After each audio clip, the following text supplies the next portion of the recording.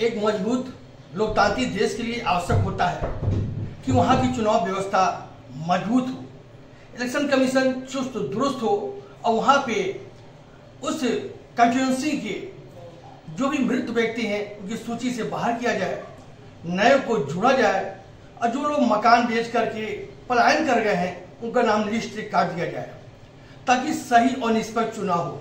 जैसा कि आरोप लगता है कि बाहर से वोटर आए, वोटिंग लिस्ट में नाम पड़ा हुआ है और पेन कार्ड के बल पे वोट डाल के चले जाते हैं।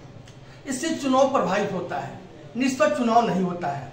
इसलिए धन्यवाद है बिहार इलेक्शन कमीशन का, चुनाव आयोग का, कि उन्होंने इस पर काम करना शुरू कर दिया है और वह एक एक वोट का सर्वे कर रहे हैं, प्रशिक्षण कर रहे हैं कि कौन वहां पर रह रहा है, कौन नहीं रहता है, कौन यहाँ से पलायन कर चुका है, कौन मृत हो चुका है, कौन यहाँ पे रहने लगा है, कौन 18 वर्ष से बड़ा हो गया है, बालिग हो गया, उसका नाम लिस्ट में जोड़ दे ताकि वे स्वतंत्र लोकतंत्र में अपना भागीदारी निभाते हुए वोटिंग कर सके।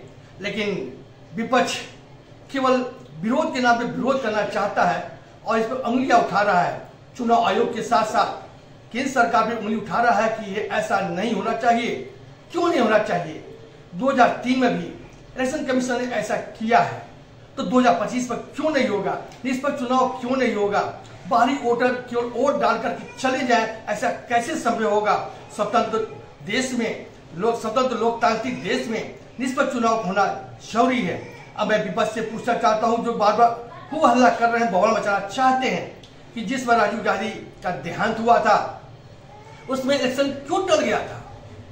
क्यों टल गया था? एक कंस्टिट्यूंसी की बात थी, एक चुनाव क्षेत्र का मामला वहां टला गई था, पूरे देश का चुनाव रोक दिया गया और राजीव गांधी की अस्थि कलश को पूरे देश में घुमाया गया, जिससे चुनाव प्रभावित हुआ था और लोग कांग्रेस को वोट देने के लिए मजबूर हुए थे।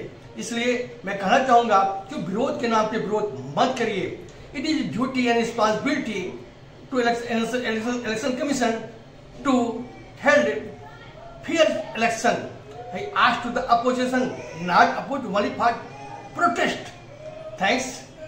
मैं नमस्ताना गोरखपुर से।